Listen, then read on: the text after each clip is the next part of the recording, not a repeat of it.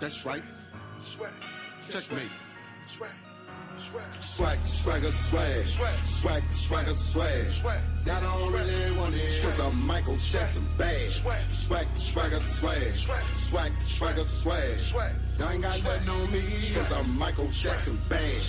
Everybody wanna be laid with the truth, but they don't wanna walk a mile up in these shoes. I focus on fitness, ain't handling my business, and put on for the HBCU. Spending my prime, my waist on my grind. I'm revving my engine, I'm trained to go. Just like the diamond under the ground, I'm destined to shine, and that's for sure. Boy, take a seat, it's our turn. Yo, look at the moolah we earn. Don't play with fire, you'll learn. That would always stay lit, we burn. They swag, I'm swag, you swag.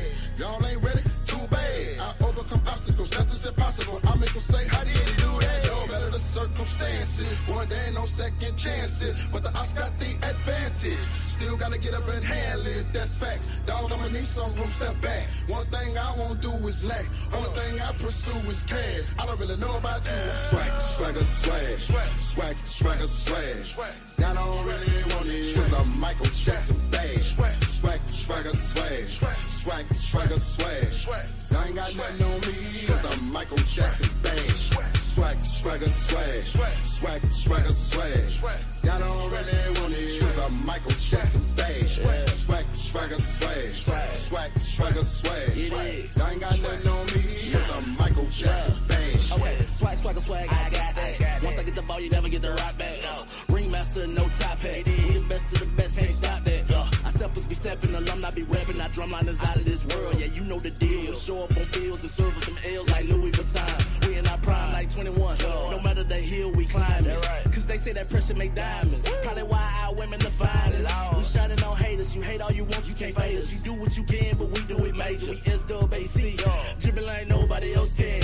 You think you gon' beat us? You gon' need a brand new game plan. You gon' need a brand new offense. Your team is DOA. They gon' need a brand new coffin. We champions, we don't do talking.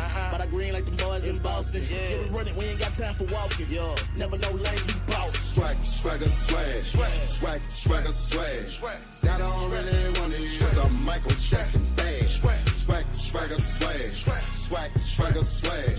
Y'all ain't got nothing on me, cause I'm Michael Jackson bad. SWAC, swagger, swag.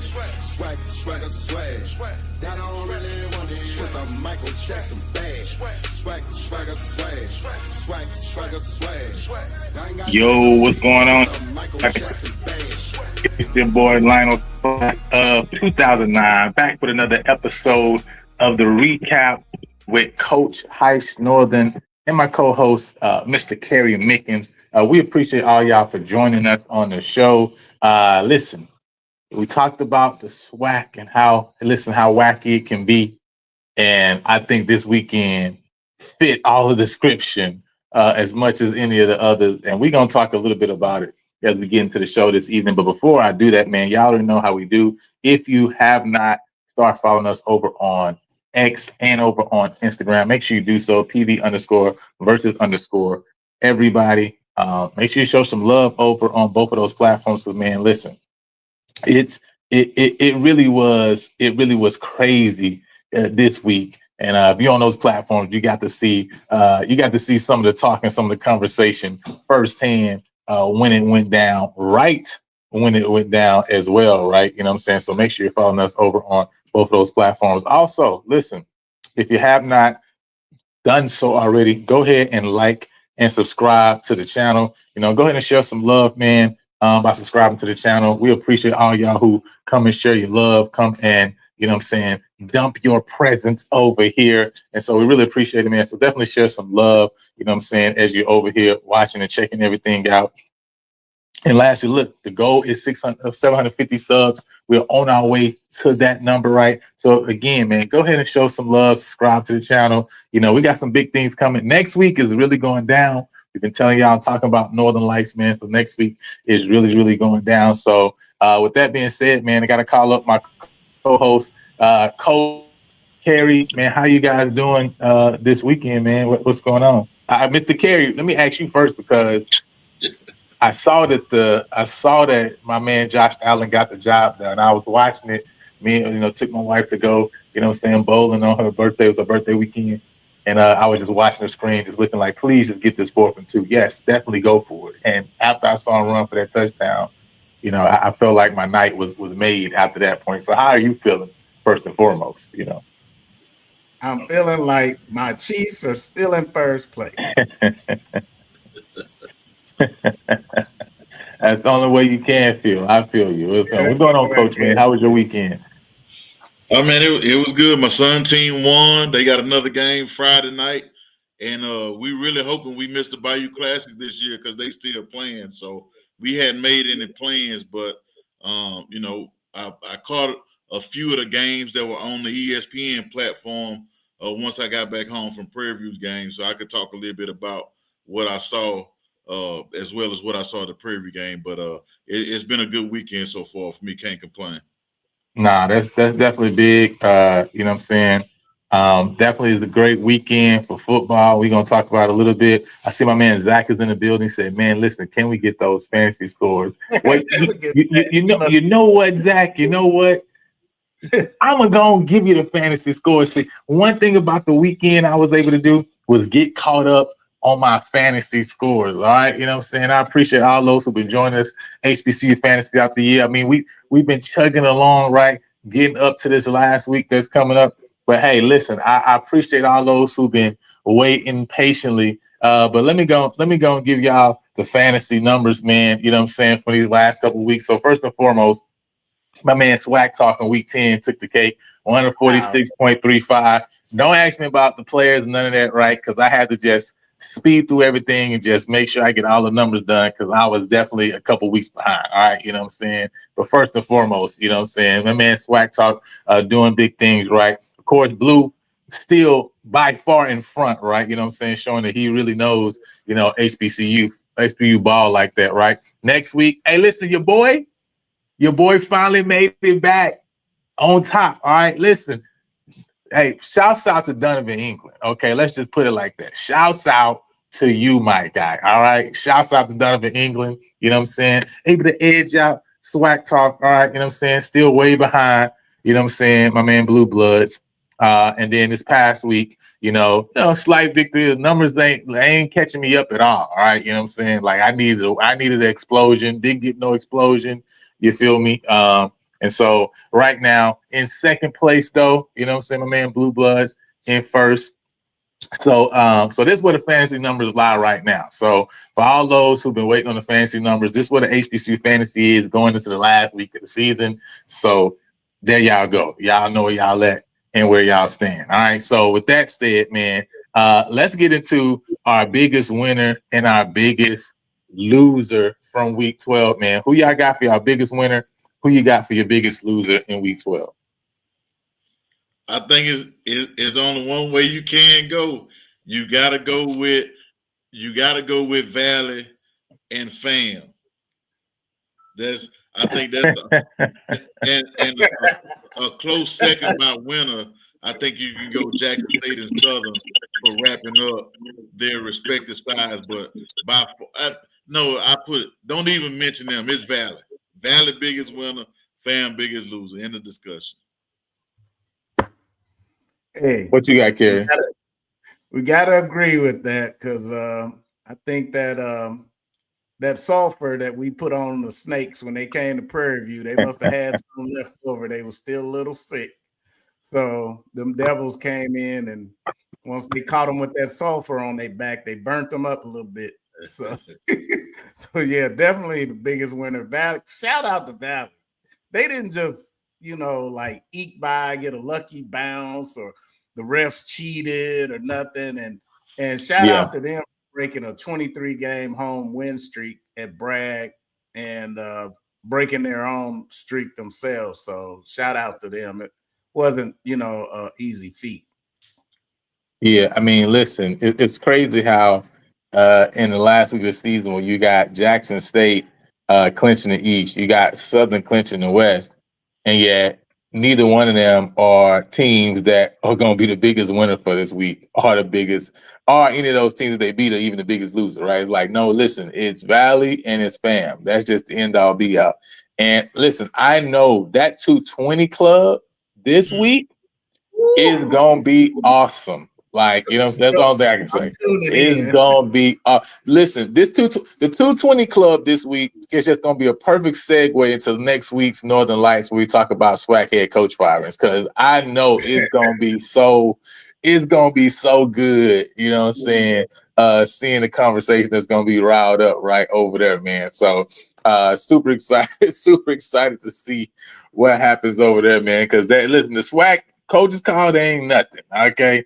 That 220 club, that's where it goes down at. All right. That's where it really goes down there. But said Valley be snapping streaks. Listen, man.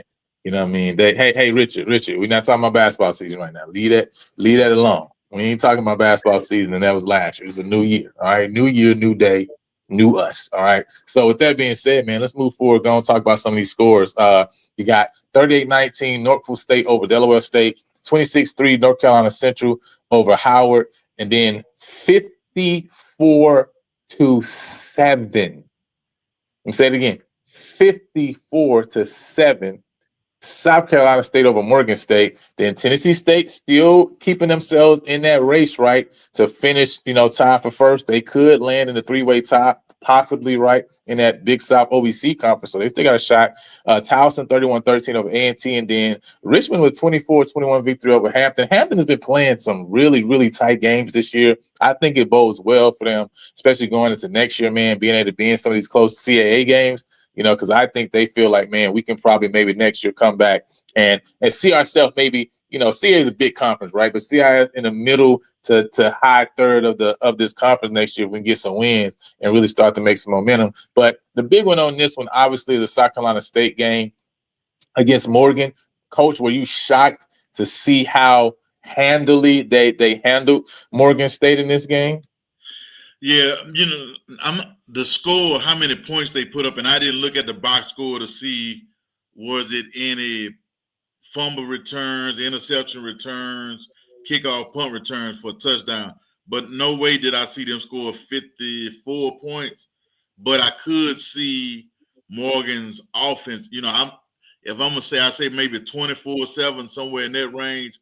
But not 54 points. But like I said, I didn't look at the box score. I really just looked at the yardage, and that wasn't favorable. But no, I didn't see that one coming at all. Wow. I was looking forward to a three-way tie, to be honest with you. Oh man, you wanted it to be a three-way tie. Who would you want to win the tie, though? Oh man, I pull. I'll say Morgan because I work with more guys on Morgan's staff. I got you. I know Coach Berry from when he was in his time at Southern. I know Coach at North Carolina Central, Trey Oliver, from when he was at Southern and Grambling. So, but I worked personally with Coach Sewell at Morgan State. So I would have pulled for those guys, to be honest with you. And it's been a while since Morgan. Right. They hadn't been to a championship game in a minute.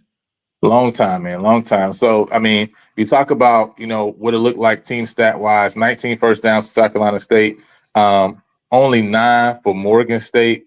They were 5 of 8 on third down. Morgan 4 of 18 on third down, 2 of 3 on fourth down. Total yards of 430 for South Carolina State to 217 for Morgan State. So Morgan only able to put up 139 yards passing and only 78 yards rushing. They also had 2 turnovers, which were 2 interceptions thrown to South Carolina State, which only lost 1 fumble. So they end up winning that turnover battle. Kerry, man, what were your thoughts about this game? Anything stands out? What's interesting, I believe, was Eric Phoenix didn't even play this whole game. I don't know if he got injured or what, but he only went 10. He was 10 of 11, by the way, when he got injured for 85 yards and a touchdown. So, I mean, efficiency through the roof. Ryan Stubblefield stepped in and continued that momentum, 7 of 11, right, for 85 yards and 2 touchdowns. So efficiency-wise, total 18 to 23 on the day for South Carolina State quarterbacks. And so very efficient, even though they didn't necessarily put up a gargantuan amount of yards. Yeah, and that's what got me, because I thought Morgan State had found some offense. You know, they weren't scoring low like this the 3 games coming into this. I think they did have another 7-point game. I want to say it was North Carolina Central, but the other games they were in the mid-20s. So I thought maybe they had found some offense, and I'm surprised their defense got blistered like that by South Carolina State. I didn't think they could beat them, but I didn't think it would be a total domination like it turned out to be. Mm-hmm. No, that is big, man. Anything else stands out to you? North Carolina Central, do you think that they have any shot of getting the FCS at large bid with what their schedule has been? I think they sit at 7-3 right now. Do you think they have any shot of kind of sneaking in at the tail end of getting a large bid to get to the FCS playoffs? It's going to have to take some major losses by some schools in some other conferences. It's going to have to be like a 8-3 team losing to a 2-win team or something like that. Or somebody losing their starting quarterback this weekend that'll make them go down a list and say, okay, here's somebody. Because I want to say one of Central's losses is to Wake Forest, and I forget who the other one was. But, you know, Elon.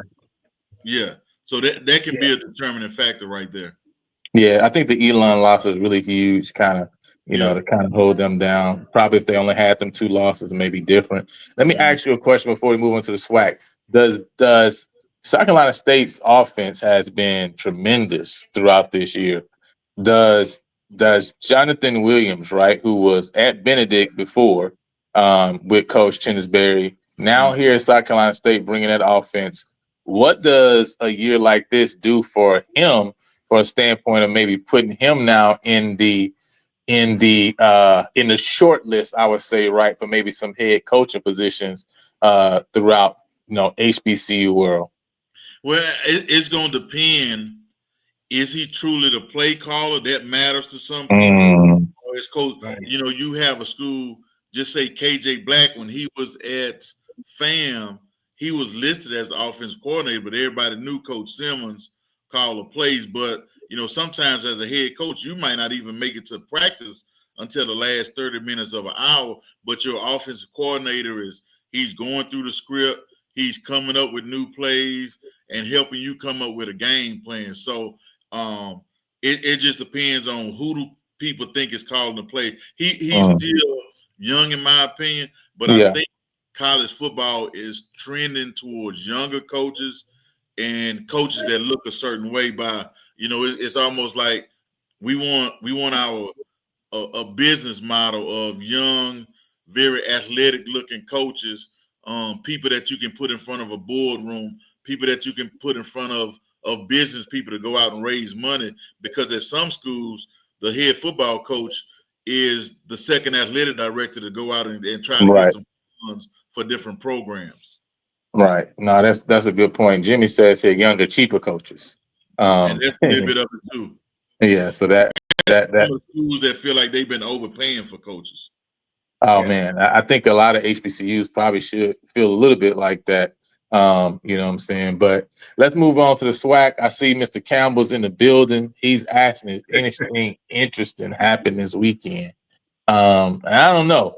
We might have to go through some of these scores and see. I think one interesting thing that happened this weekend was the fact that Grambling was not able to score any points in the second half. I was able to check this game out, and Alabama A&M was able to storm back in right on Thursday night to be able to get the job done. Was this a shock at all that Grambling kind of was very stagnant in the second half from an offensive standpoint, or because Crawley played this game? Not that Crawley necessarily has been killing it throughout this year, but it's not like they had their backup in DJ Bailey, right? So Crawley was there and he played. and they were up 17-3 and literally couldn't get anything going in the second half. What was your thoughts on this game? And what's your thoughts on where Grambling is right now at the end of the year in year one for Coach Mickey Joseph?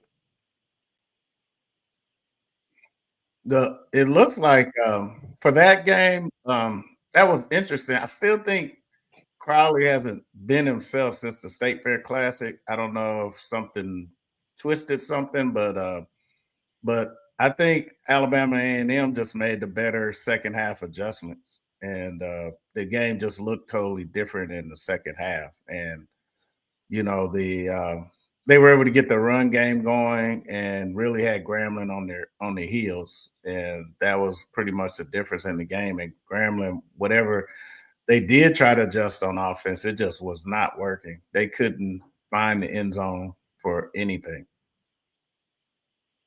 Yeah, I think once A&M got their running game going, and when Grambling did try to get back, I think they started pressing a little bit. I think it's it may be some things I'll say internally going on with the team more so than the coaching staff in terms of guys being ready to play or guys having doubts and different things like that. But I am totally surprised by their record because I think Coach Joseph is a great football coach, not just a good football coach. You look at what he did when he was at Langston, how he put that program back on the map and had them going up against a lot of schools didn't want to play Langston when he was there. And then his track record, who he's coached at different schools. But I never thought that they would have been in a position, especially with, people may look down on Coach Dooley. I got a lot of respect for him. And the defensive coordinator, Coach Rollins, I thought that those guys collectively would bring in some respect to the program or back to the program and get them winning in a hurry because of the kids that they were going to be able to bring in as well. Yeah. No, that makes a lot of sense. Yeah, and when you look at the game, I mean, Grambling, two things stand out, right? One was the 3 turnovers, 1 fumble loss, 2 interceptions thrown, and 15 penalties for 134 yards, right? Wow. I think that's really gonna kill you every time, right? When you talk about, I always say, man, if you give up a football field and a penalty yards, that's at least a touchdown right there. Yeah. And so when you talk about losing 22-17, right, that's easier a 17-15 game instead of 22-17 game. And so I think that's one big thing that hurt Grambling there. Let's move on. Southern 31-9 over UAPB. Didn't have really any trouble in this game. Definitely from a defensive standpoint and really taking care of UAPB. Obviously, offensively, they were able to get some things going. Nothing necessarily crazy offensively, I would say, right? But being able to move the ball right and put the ball in the end zone and be able to come away with the win here. What was your thoughts, Coach, on Southern getting the victory over UAPB this weekend? And really keeping, Mekhi Hagans and, Giovanni Gibson, who has really been lighting it up throughout this, past weeks, keeping them off the board and, in this game, here. Well, I'm happy for those guys having been in that situation, being in the locker room down there. Coach Graves was one of the coaches on the staff. I want to say my last 3 years he was down there. And our path has crossed a lot of times against each other. But, I pull for them guys all the time, and I can't say it enough. I pull for Coach Fredericks, Coach Miller. Just about every guy on the staff almost played at Southern besides Coach Totten and Coach McNair. But I can't say enough. And then I don't know, it's sort of like the kids say it's going viral. My big man getting him a 7-yard touchdown. I'm hoping it makes it to ESPN. But you can't say enough about the ugly wins that Southern has got. We talk about that dog running in traffic. Listen, stayed on the porch and made it easy for himself this week. But I'm proud of them guys, and I'm happy for them. And now I'm looking for a rematch in Jackson in a couple weeks. Man, at this point, you might as well go to the next level and just start paying for cars to see if they can hit the dog at this point. Because I mean, it's obviously that they're not going to accidentally hit the dog. It's like, can y'all actually try to hit the dog and see if y'all get this thing out of traffic when weaving in and out? But Carrie, man, let me know your thoughts, man. 16-10, Jackson State over Alabama State, right? Obviously, a tough fought game. These are really the games I love. I'm not gonna lie, right? You know, it's one thing to see games where it's like people lighting up the scoreboard. We talked a little bit about that before we came on today. I really love these type of battles when it's like, man, one play could change the trajectory of the game. One game that I always remember was when Ndamukong Suh was at Nebraska. They played that Big 12 championship game against Texas with Colt McCoy. Oh my goodness, that game was so awesome, right? Because it was like a defensive battle, and like, man, you really had to scratch and claw for points. Same thing with the Alabama LSU game in the regular season a couple years ago, 6-3 game, right? I mean, I love them type of games where it's like knock, drag out type of fight. And I think that's what we saw here with Jackson State and Alabama State. Obviously, it was 14-10 late, and then Jackson State was able to get that last safety in the fourth quarter, and then be able to kind of just, run out the clock. What were your thoughts on this game, man? And on Jackson, Alabama State? And it really showed you, man, like one thing I would say about Coach Robinson is it's almost like you got your homeboy, right? And you guys going out and you're trying to help him, like, hey man, listen, we're gonna help you settle down, right? Your homeboy got a type, right? You know your homeboy type. Ain't no point of even like trying to bring somebody his way that don't fit that mold. Listen, Eddie Robinson got a type. We know what his motto is right now, right? You know what I'm saying? And so if he can just, man, can you imagine him having not even Andrew Body, man? Even if he had the other guy that he brought at the beginning of the year, it's like, can you imagine what Alabama State might be, right, throughout this year, especially now seeing how it's always hindsight 2020, right? But can you imagine if they wasn't on a four-string quarterback, what this team could be? But Kerry, man, what were your thoughts on this game and on Alabama State and Jackson? Well, it seems like Jackson, they had some penalties, quite a few more than Alabama State. I'm surprised the game was that close because when you look at it, Alabama State passed for 4 yards. So yeah, absolutely amazing that they were still within a touchdown. But that just goes to show you that their defense is pretty good, and they, capitalized a few turnovers in this game as well. So, but I was just amazed it was that close because the way they were. And Irv Mulligan, man, I just wish we would it's no reason not to run the ball when you had that guy back there. And Terrell ran well too. So those are the kind of things that kept the ball away from Alabama State because they rushed the ball too. If they just had 100 yards of passing, it might have been a different outcome in that game. Yeah, and then really the game was, we look at the stats of the game, right? The game was basically spot on, right? Time of possession, 30 minutes and 28 seconds for Jackson State, 29 minutes and 32 seconds for Alabama State. We talk about first downs, Jackson State 12, Alabama State 11, right? Third down efficiency, both of them were not great. 3 of 12 for Jackson State, 2 of 11 for Alabama State. Overall total yardage, right, for offense, neither team cracked 200. 194 for Jackson. They had a little bit more pass. They were a little bit more balanced, 120 passing yards, 74 rushing yards. Alabama State, 188 total yards, right? 4 yards through the air, obviously, but 184 yards on the ground. So when you just talk about, from an overall perspective, really the game was, the numbers show that the game was as tight as really the final score is saying. And I think these are just two teams also that, man, they get up for one another too as well. And sometimes you just have those games that's not necessarily quote unquote a traditional rivalry game, right? But it's just a game that you tend to get up for. Coach, were you able to see into this game? And what was your thoughts on it? Yeah, I was able to catch some of it. Usually when I get home, I see what games on ESPN and go back and watch them on demand. But I tell you what, that was I heard Chad Johnson Ocho Cinco say that's one of those 2 chin strap games where you better make sure everything buckled up and put a little extra. We call them shoulder shockers under your shoulder pads to take the sting out. But man, it was some hitting going on. The game started off with chipping this from the beginning. Yeah. But when you know it's 2 physical teams, I mean, like I say, Jackson State look a little bit different from their defensive end and linebackers than anybody that I've come across besides Fam in terms of looks. But it was very physical, like, okay, it's 3rd and 8, and we still going to try to figure out a way to run this thing.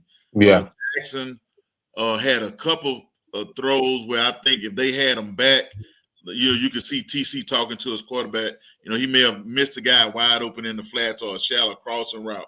But it was a very physical game, as expected. Like I say, Alabama State remind me of like the 2005 to 2008-ish Prairie View teams where it's going to be tough defense. We're going to punt the ball. We don't have a problem with that. And we might pass for 60 or 70 a game, and we might rush for close to 200. And it's going to drive you crazy as a defensive coordinator. Like, man, why we can't get some points? But at the same time, I mean, you go out there and you get some great stops no matter where they get the ball at. You feel like we could stop them because we practice a very physical brand. And I bet if you go to their practice, it's violent out there. It ain't third tempo and shorts a lot. It's some physical ISO and power football that we gonna stop it, and it's hard to develop. It's hard to play against because of how physical it is. Nah, I think it definitely was, and like I say, when I say I love these games, I absolutely, positively love these type of games, because, that physicality of getting it done. And like I say, man, it could take one play to really change the trajectory of everything. Moving forward, man, Bethune-Cookman, Texas Southern, 17-14 victory here for Texas Southern. Really quick, any thoughts from this game, Coach, Mr. Carey? Texas Southern obviously able to get this victory, and I just believe, Chris Dishman's first year, every victory you can get, I think is good when you're really seeking to start building and lay down your foundation, right, for the program that you're seeking to establish. And so for Bethune, that's in their second year of Coach Raymond Woody, versus Chris Dishman in his first year, right? I think this is really one of those important games, right, to kind of establish who you are. Late in the season, it's like, hey, we don't got a shot at the West no more. We don't got a shot, but yet still being able to teach, like, hey, we fighting and we playing to the end of the season. Any thoughts on this game? That game, I didn't get to see it, but I like what you said about Dishman's first year. If you really look at it, he's won more games than you expected. For whatever reason, Texas Southern was sitting with 1 or 2 conference wins, and he's just had them on a different trajectory. Whether that continues next year or not, I don't know. But he's all about just trying to improve. And I'm curious to see how they would have landed if the trigger man had stayed in place. Nobody else had to face KJ Cooper like we did. And I thought that his passes were crisp. He made good decisions. He stood tall in the pocket. And I think Texas Southern's fortunes would have been a lot different if he, hadn't been injured. No, I definitely think that, I definitely think it's really interesting on what Cooper would look like being there. And I think getting him back for next year is going to be really key for them, because obviously, starting off the beginning of the year, he kind of added an extra element that, you haven't really seen from TSU, for the last few games. Coach, any thoughts on this one before we move on to the big elephant in the room? Nah, it went.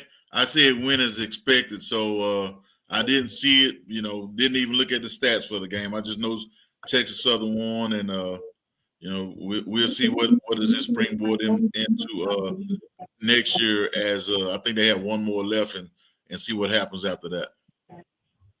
Gotcha. So before we move on to the elephant in the room, I did want to pull this up because I wanted to get you guys thoughts on this. My cousin was actually able to go out to that TSU game this past weekend. Called me, just give me his perspective on watching the game and watching the teams. And one thing that stood out was he was saying, "Man, I don't think there was anybody at this game." Oh wow! And I told him, "Listen, you don't understand." I told him, I say, "How much you want to bet?" They probably say it's about 7,000 there, though. He's like, he used his colorful terminology, right? Like, ain't no way, right? You know what I'm saying? I may give you 2,000, maybe, but like, he was like, really, it wasn't that, right? You know what I'm saying? And he was like, I got pictures. And now, to my surprise, like, now, what number I say? No, I'm not surprised. How much did I say? How much did I say that they would? I'm telling y'all, this was the real conversation, and I promise you, on the phone, I'm going to look up what they mark as the attendance number, and lo and behold, look at 6,916. Now listen. Well, first of all, let me put my parentheses here, right? I've been telling y'all Negroes just make up whatever number y'all want to for the longest because everybody been doing that. Everybody close parentheses, right? You know what I'm saying? All right, close parentheses because ain't no way, okay? Ain't no way 6,916 Houstonians was at this game, and definitely wasn't no Daytona Beach folks driving all the way from Florida to come to this game. Now to even make this more real, I just so y'all can understand what I'm talking about. Let me just pull up a couple pictures because I got some receipts. Because I actually got some receipts. You know what I'm saying? No. So you tell me. We can count right now. That's 1, 2, 3. I don't know. Do we count the people in the red, Coach? Coach, do we count the two guys in the red? You gotta count, man. Sometimes you count anybody. I put turnstiles out. Anybody that walk through them, even if they walk through twice, I'm counting. Okay, well that's okay. Well, 5, 6, 7, 8, 9, 10, 11. I'm counting by about 15 right there. Okay, well, we got 15 there. You know, so on that side of the stadium. Maybe we should go to the other side of the stadium. Maybe that's what's wrong. Maybe we're just looking on the wrong side of the stadium. So let's switch the view. Okay, well, man, I ain't never seen the Houston so clear in the Houston when the Houston Dynamo played there. Okay, you know what I'm saying? I mean, can y'all? I mean, how much can we add to this number? I mean, I guess I see 2. Maybe we give this guy 2 because he got long hair. We'll count him as 2 people. You feel me? You know what I'm saying? Since his hair a little long, I see Mr. Shalom right there. All right, so we up to 17 people. All right, how about this part of the stadium? Yeah. Hey, we used to say this is a mamas and girlfriends only game. Because ain't no casual fans showing up for that song on there. Hey, listen, all I'm trying to say is my whole point is this. Let's just do the whole other side, right? So that way y'all can see the whole other side, just in case. You know what I'm saying? Now, all I'm saying, Coach, is I'm not mad at TSU. Neither. I'm mad at any SWAC school who ain't doing the same, aka PV and all the rest of y'all, okay? Because ain't no way. Because listen, I actually got one like this in Southern too, by the way. I've seen one where when we played Southern and I looked at the number, I say, ain't no way. Ain't no way, because I know how much supposed to fit in the whole stadium. Yeah. And that's like y'all saying y'all had like 75% of y'all stadium full, and ain't no way, okay? Ain't no way, hey, okay? The other thing is are they counting? So some schools count how many tickets were paid for, but this where some schools get you. And you have a student fee, and if you are a student, you automatically have a ticket to the game, so they count that as attendance or tickets purchased as well. So it's one of them. Everybody need to get on the same page. Hey, listen, Coach. To be honest, I don't care what reason they finagle. Call it whatever you want to. Just put the number there. Okay, that's all I'm saying. All I'm saying is just put the number there, because you won't be the only one anyway, right? You know what I'm saying? But we do actually just 69-16. Hey, Lionel, we do actually just put the number there, but it's the other direction. We'll have 8,000 in the stadium, and we'll put it was 1,700. So you I seen just us thought do that that. was interesting. You know, so these folks, it said these folks in the stadium was there like it's a football game going on.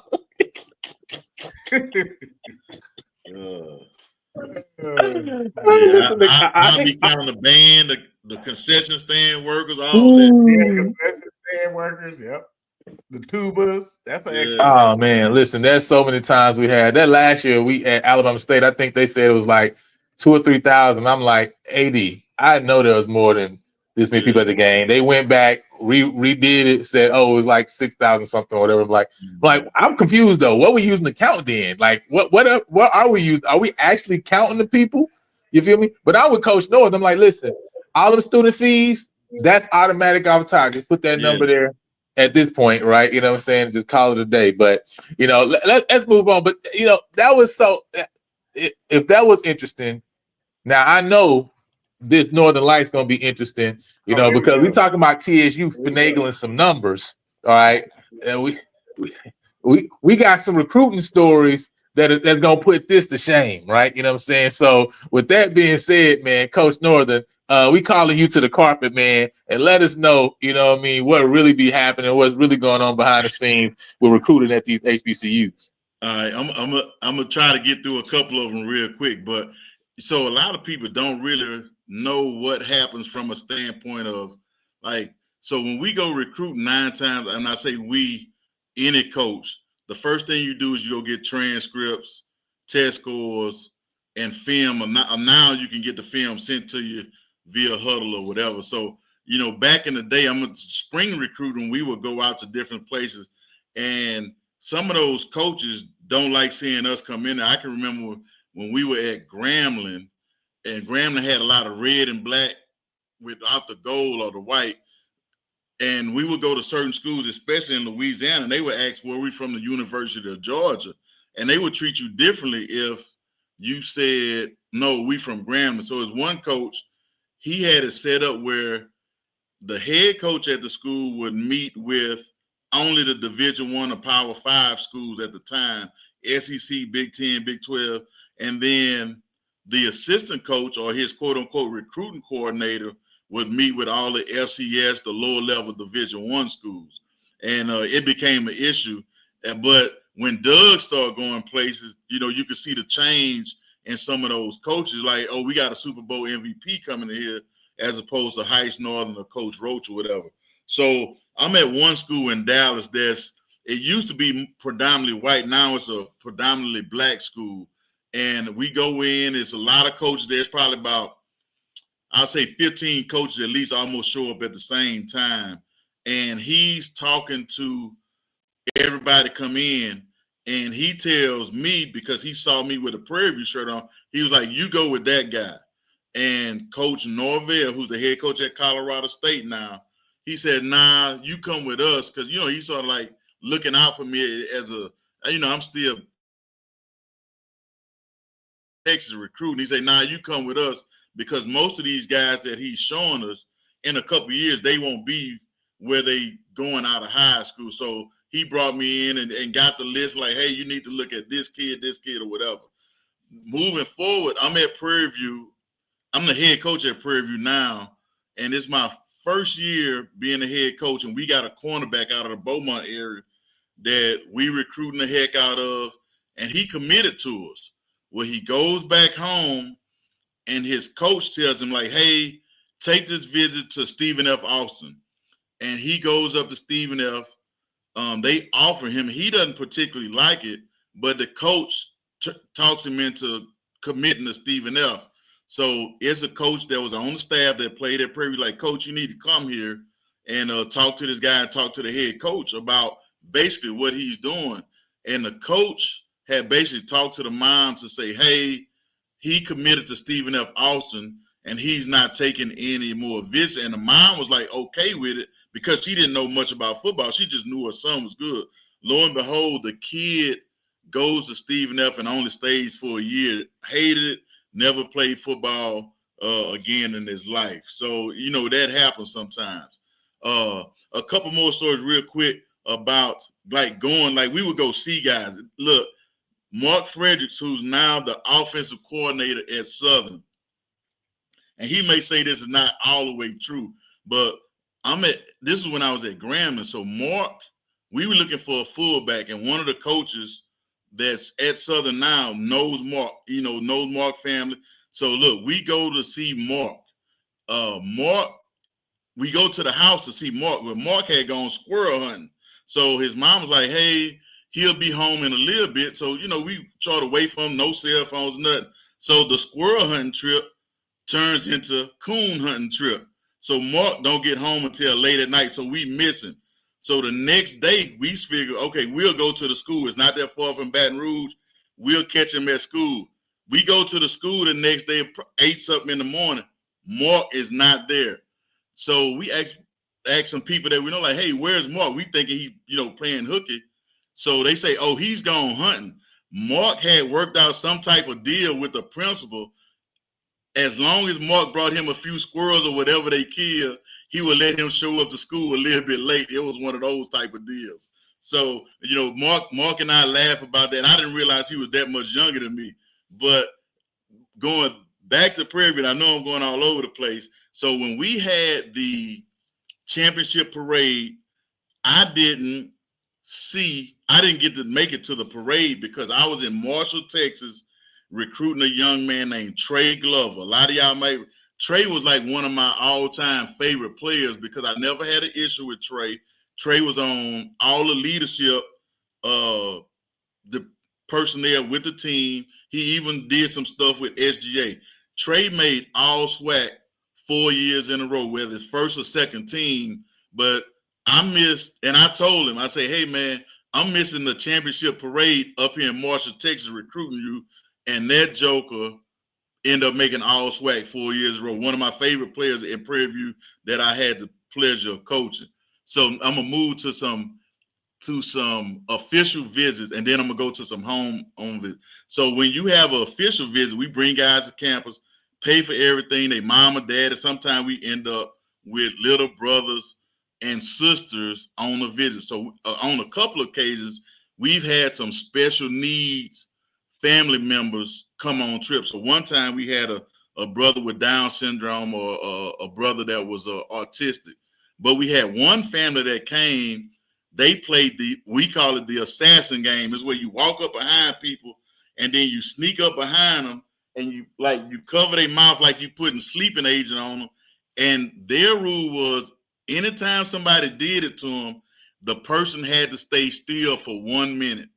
And, the dad will walk up behind the son or the son will walk up behind the dad.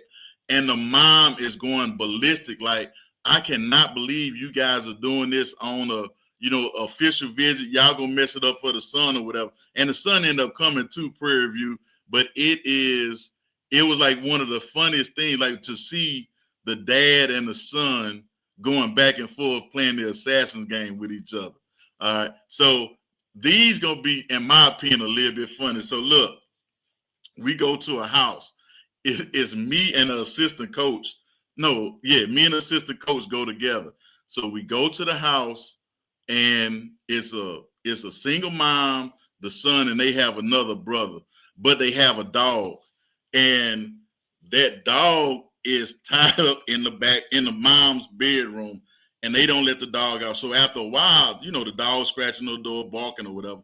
So we say, hey, it's okay to let the dog out. We don't mind. So look, the lady opens the door and walks back in to where we are.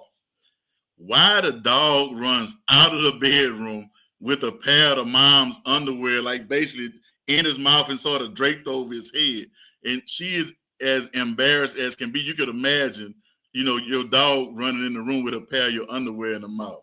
The other thing was this is a whole separate issue with a dog. I'm at a house and it's a small dog, like a fox terrier, smaller dog size.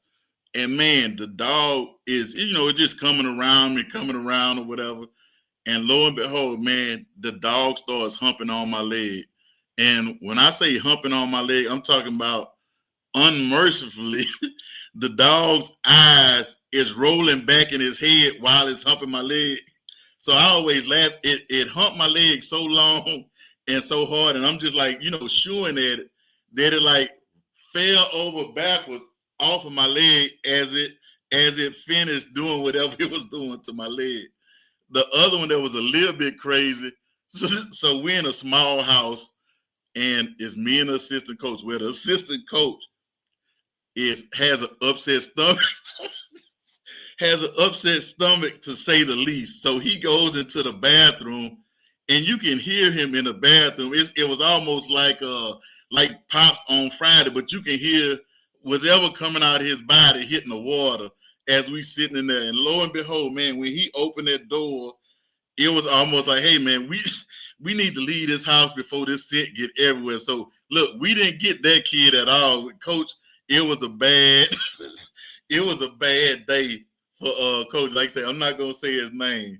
And then look, the last one, and I in on this.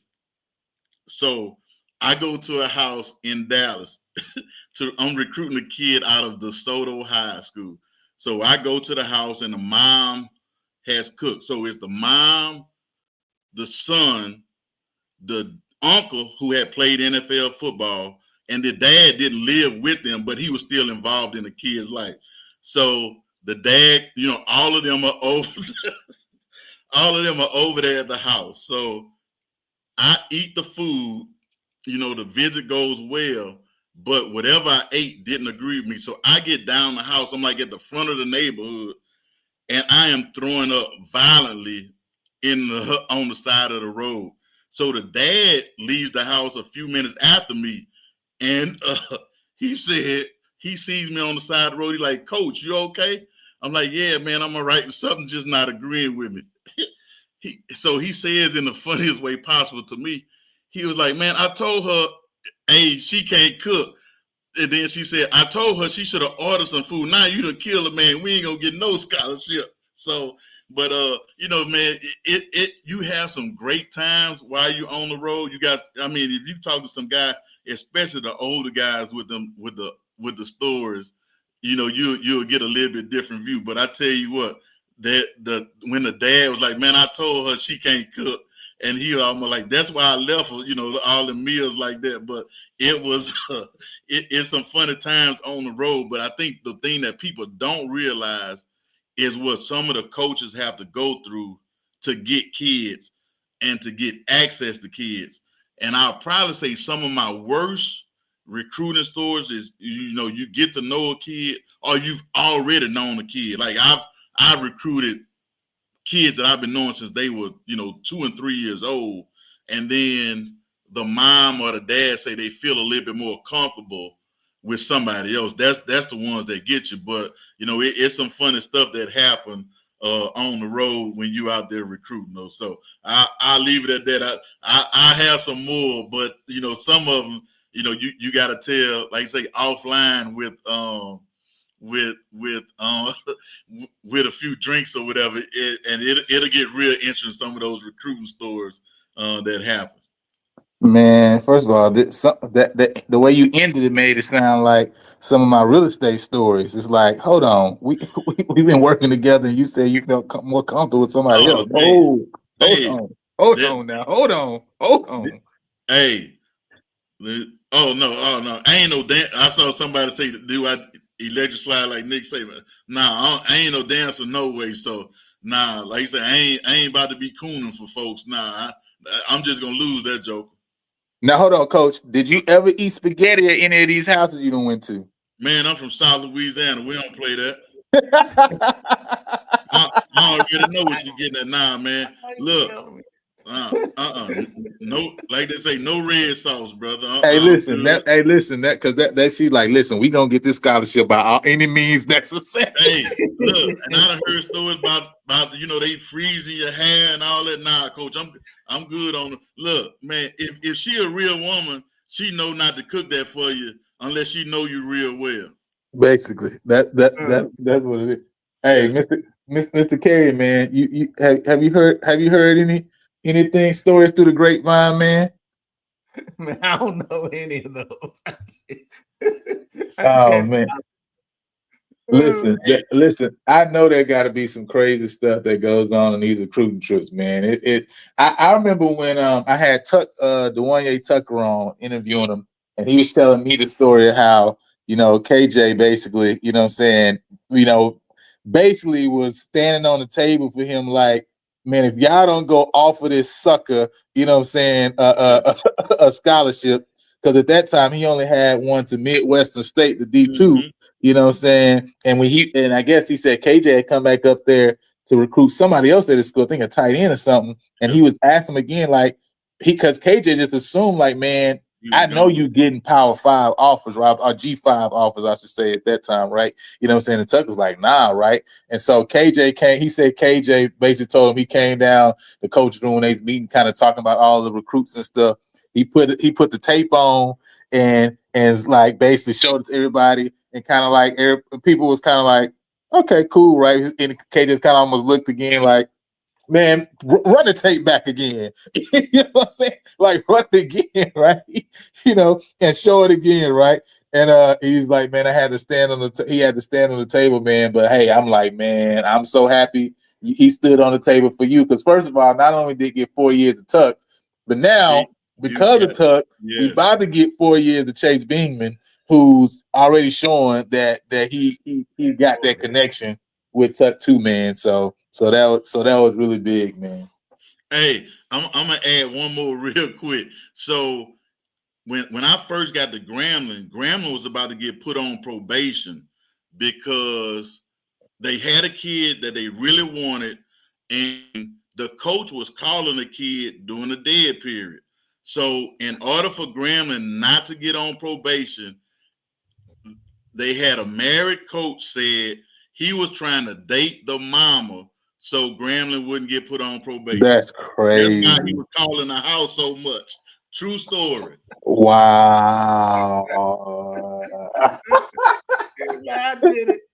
I did it. I'll sacrifice. Hey, listen, the things you got to do to stay compliant, all right? Yes, you know what I'm saying? At an HBCU, all right? All right, listen, like next thing they come back and say, well, show us some receipts of your you taking her out. Like, hey, listen, coach, man, you're gonna have to slide me some money. They say the statute of limitations on that one way over with. That's a good one, though. So, oh man, with that being said, man, let's get and listen, we have to laugh to keep from crying, all right? Because Coach, 26-13.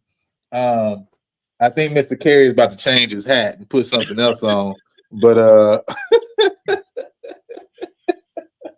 come on now. Hey, talk about this one, man. What was y'all thoughts about the game? Alcorn to 26-13 victory over PV. It just seemed like offensively really couldn't get anything going. I think defensively, we definitely stood up for a good minute, there and was able to keep ourselves in the game, but never really could get anything going on the offensive side of things. And even in the second half, I know switched from Jaden Johnson, went with Cam Peters. So just what were your thoughts overall on this game, man? And were you shocked at all seeing this after the FAMU game last week? I definitely was, because all that you saw last week, like they were able to run the ball, hit them with some big passes. Alcorn stayed over the top, but Prairie View still missed. I want to say it was at least 3 touchdowns that they missed. One was two overthrows, a challenge ball, a low throw that should have been caught. And then they had all the momentum. I kept saying, man, Prairie View, because it was a 1-score game for most of the game, they were going to figure out a way to win the game at the end with, less than 2 minutes. And I knew Alcorn was struggling trying to complete any pass. The only thing they had was a little tunnel screen. Other than that, they didn't have any success. And then the bad thing about it, on the touchdown when Alcorn's second-string quarterback came in, I'm screaming, hey, man, it's lineman downfield. I look back at it. It's lineman 8 yards downfield on the touchdown completion. I'm like, but that's SWAC football for you. You're going to get some, you're going to not get some. But it was a great game because of how well the defense, it was some big 4th down stops, some big hits, a couple turnovers here and there. but Prairie View just couldn't get out of their own way at the end of the day. Hey, man, what was your thoughts on this one? Run the ball, please. Golly. I don't understand why we stopped doing what works. Run the ball. You got a 6'2", 230-pound running back that's fleet-footed and strong. I'm telling you, Alcorn got excited when we quit running. They were like, whew, thank God. Because they couldn't, if we could have just got ahead, they wouldn't have caught us because they couldn't pass the ball to save their life. Other than that touchdown that he threw, because we sold out on the run, that when the second string guy came in, look at Perry. But I knew he'd show up, boy. I'll tell you that. Boy, Perry, no, he was holding his breath until these last 3 weeks. Yeah, so yeah, Coach, you got to teach Perry about that dog running around. But yeah, we'll catch up. I'll see him when I get home. Yeah, you had to tell him about it. So, but yeah, run the ball. I think that was the thing that had them on their heels, and we just let them up. And you throw the ball around the yard when it's effective, but I just think we gave up too many. And the other thing, Heron missed that pass, but that's the first time I've seen him miss that one on that flea flicker. I kind of felt like that was, typically we've seen them run that play closer to midfield, I would say, right? I think we were a little bit deeper, you know what I'm saying, into Alcorn territory when they ran that play this time. I think if we would have ran it kind of closer to the 50, it would have been there, right? Because it was there, it's just they ran out of room, right? You know what I'm saying? Yeah. Ran out of room. So I kind of think that was what it was there. You know what I'm saying, in that situation. You know what I mean? So now I will say, I mean, we ran the ball 34 times, right? You know what I'm saying? 113 total yards, 3.3 yard average. So I think it was like you said, right? I think we just probably put the ball in the air a little bit more than we needed to. 50 total pass attempts, 21 for 50 for 205 yards. I think we were having some, success on the ground, and the last couple of weeks we've been seeing the offensive line definitely play a lot better than we see them play before. Now, I do think there was definitely some on some of those blitzes when Alcorn brought some linebackers. I think there was some miscommunication up front, right? The quarterbacks didn't have time, right, to get things done. I want to ask, I mean, for you guys, did you really see a need to switch and change from Jaden Johnson to Cam Peters, for the first or the second half? When he came in, I didn't think necessarily that he did anything, added anything necessarily special that I don't think you couldn't have got from Jaden Johnson. And he's kind of been the guy that's carried you through these last, 4 weeks or so. What was your thoughts on just that, maybe that decision there too? To be honest, I wasn't surprised they changed. I thought they were going to do it sooner. That was my opinion. I said it because of the way the game was going. Yeah. It wasn't a lot of movement. When Prairie View got the turnovers in the first half, they didn't capitalize on it. Yeah. And I actually thought because the second guy gives you a little bit more, and I thought you'd see maybe a little bit more power run scheme, power read and stuff like that. But I just figured that they were going to change quarterbacks at some time because they were not capitalizing on mistakes. That it is what it is.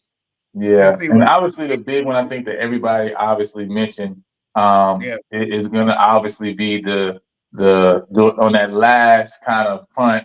Kobe Cavill kind of tried to stop it, and I think I understand obviously what his thought process was, because I mean I understand his thought on it. If you look at kind of the course of the game, outside of Malachi Bailey, like I think it was mentioned even on the broadcast, and I watched it back. Listen, the next guy has to be the punter, right? Because he literally, I think, put I want to say 2 balls, it's not 3. I know 2.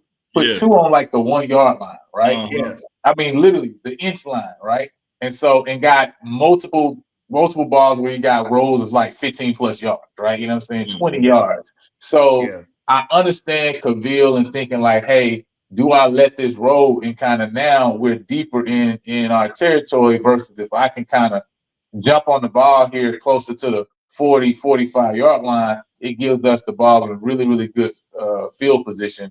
What were y'all thoughts there, man? I mean, do you agree with that?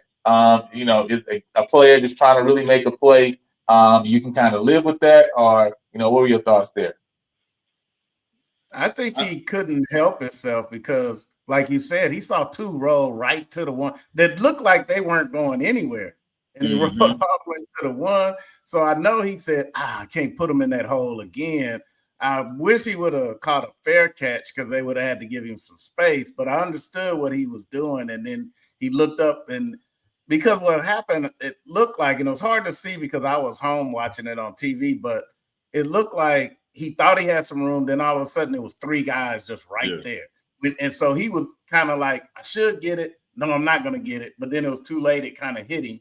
And I just hope he don't beat himself up like that, because to me, I really think if we would have thrown, if we just have to throw, I think we should have thrown more screen passes. And we didn't do anything to slow down Malachi Bailey. And it ain't I don't blame the offensive line, because I watched some of Alcorn's game. He did that to everybody they play. If that guy don't play on Sunday, something wrong, because nobody can contain that guy. I can't imagine if it was some all-star team putting him and Stokes on the same defense. That would be an issue.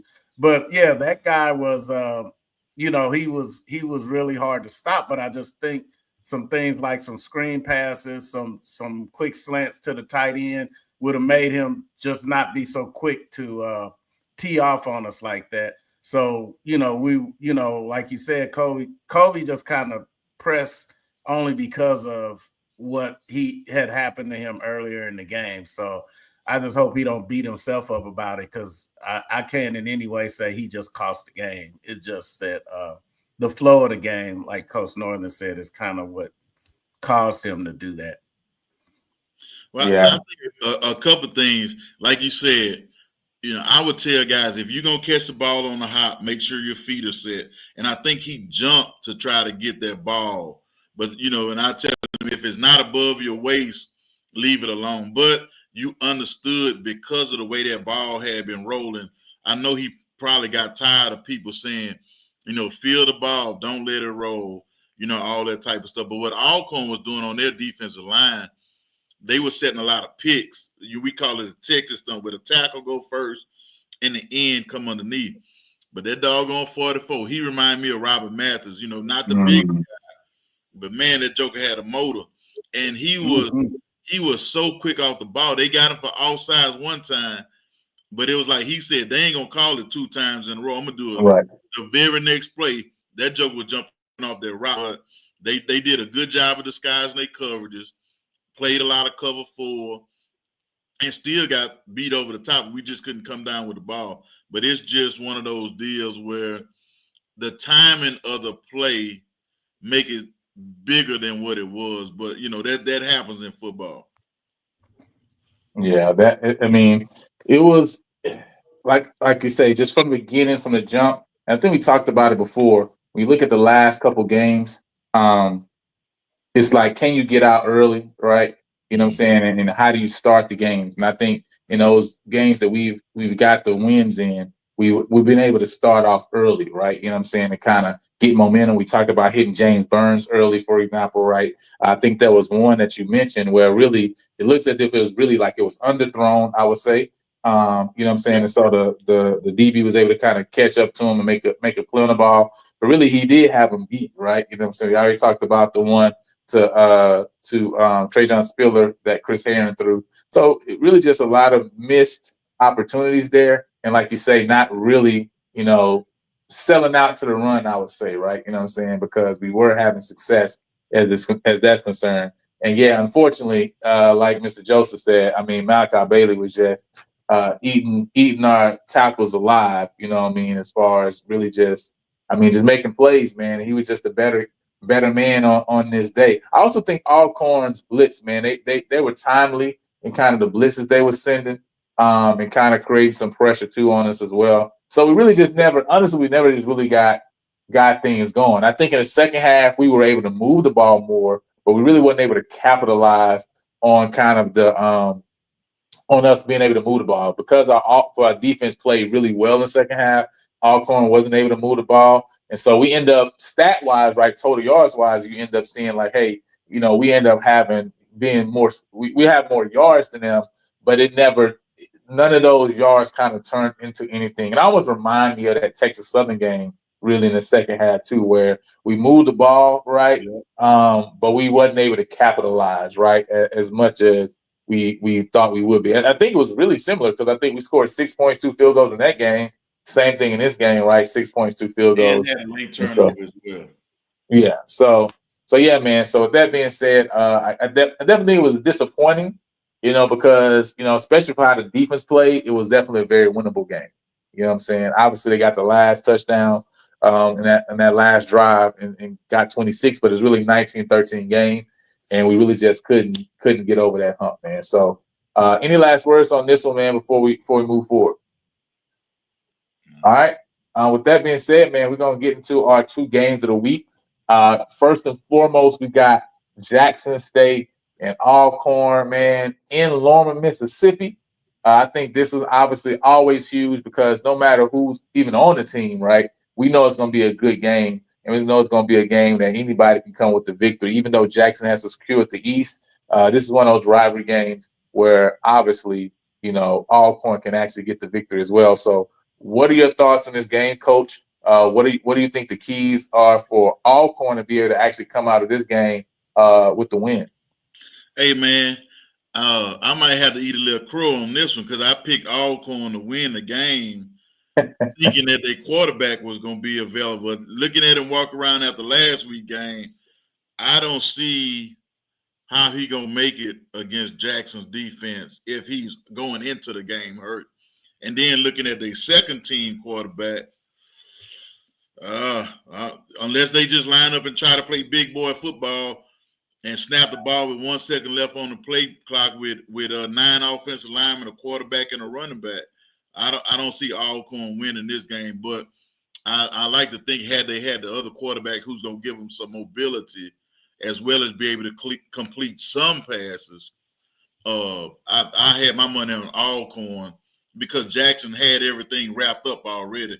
Even though it's a rivalry, you still dealing with 18 through 22-year-olds that, they already know they're going to the championship. So, yeah, you want to beat Alcorn, but, how much listening you going to do? And if Alcorn would have got off to a good start, I definitely would have favored them in that game. But as of right now, I don't see how Alcorn wins without their starting quarterback. Mr. Carey, what's your thoughts? Yeah, I agree. And, unless they get lucky, Morgan is, and nothing against the Prairie View quarterbacks, but Morgan's not going to play like our quarterback. And I think if he's working like I think he will, they're going to give Herb Mulligan the ball, and they're going to keep giving it to him. And especially if they get the lead, and if they have to play that second string quarterback with Alcorn, I don't see them once they have to play from behind, I don't see them catching up on Jackson State, and they'll just go into that bear defense like Coach Northern had mentioned before. If they know you can't throw, they're just going to load up in the front, put that 46 on you, and just come after you, and they're just going to not be able to do anything. It'll start off hard, but I think Jackson State over the course of the game is going to pull this one out. Gotcha. Yeah, I'm rolling with Jackson on this, man. I just think from the standpoint of even seeing how Prairie was kind of able to move the ball on the ground, I think Jackson is going to definitely be more. TC Taylor is going to be sold out, right, to use those running backs and kind of keeping that rotation going. And I think they offensive line to be able to open some holes. And I mean, I just think Alcorn just struggled in the air. I mean, they struggled in multiple games this year so far, and I think they're going to struggle a little bit as well, in this game too, especially if, like you're saying, Xavier Vaughn's not able to go. So I got Jackson with the dub, getting the victory, heading into the SWAC championship game against Southern. And now, last game, obviously, of the year for PV, Alabama State. The big game because, we talk about kind of just this team, Prairie View, has won 9 in a row against Alabama State. I don't know if many people know that, right? So this is just like kind of that TSU game earlier in the year, where you now can be able to go to a point where you're saying, hey, it's been a decade since we've lost to Alabama State, and now obviously such a formidable defense that they have there. Offensively, kind of what they want to do. They definitely want to run the ball. It's definitely going to be interesting to see, because I think teams have shown throughout this year that they can run the ball on us on Prairie View, and so I really think it's going to be interesting to see what happens up front, in the trench play, and that's really on both sides of the ball, because if Alabama State shuts down Prairie View's running game, I think they have the defensive backs to really keep kind of the wide receivers under control. And then if Alabama State is able to run the ball with any type of success on Prairie View, I just think it could be a long day, man. And so, what are you guys' thoughts on this game? What does PB need to do to get the victory in this last game of the year? Get off to a good start. I think part of it is Alabama's secondary is underrated. When you see low scoring games, all you think about is the front seven, the D line and the linebackers, but their secondary does a good job of tackling as well. They're not just out there cover corners, as people used to say. So I think what Coach Whedon is probably, you make all the motions and stuff that they're using is going to help, because that's going to make Alabama State have to communicate and slow down a little bit. But sometimes you still have to run the football just for the sake of running it. Their pass rush is not the strongest, but they pretty stout against the run. So you're going to have to do some things to get to the edge on them, as well as some motion, some crossing routes, I'm going to say some rubs, not picks, to get guys free, especially if they playing man-to-man. Yeah. And I think I think a key would be we got to shorten the pass patterns. They're going to be just as stout up front as Alcorn, if not more. So we can't wait on a 6-second route to develop. So we got to figure out a way to, and I don't even know who they're starting after they did the whole Cam Peters thing. So I don't know, depending on who they start. That's actually a good point. I mean, who do you go with, in this game, in this situation now? Yeah. So I don't know who they go, and being that, we have no shot to go anywhere. I don't even know if they might not throw Barrington out there for a couple plays, because they won't mess up. So I don't know what they're going to do. I think, Whedon is probably tired of not getting many points, because we were expecting, to average 28 to 35 points a game. So I don't know what he's going to pull out his bag of tricks for this game, because I think he's not going to want to, even though this is a good defense, he's not going to want to go out with a low scoring game. So depending on who you use, get the ball out quicker. And like Joe Kelly said, we got to go to the tight ends. We got to go to some screens to stop that pursuit or slow it down, and make him, like Coach Northern said, have to think, more of his motions, not just, get in the pistol and only move one guy, move a couple guys, give him some eye candy and really go at them. And the defense, they have to be prepared for them lulling us to sleep with the run and not get hit over the top with the big pass play. I think this is not the team you want to be trying to play from behind on, because they're going to really tee off on us if they know that we're going to be in and passing. So that's what I think about the game. It's winnable because we're both out of it, but these ex-teammates are going to go after each other. So Coach Bubba and Coach Robinson. So we'll see how this goes.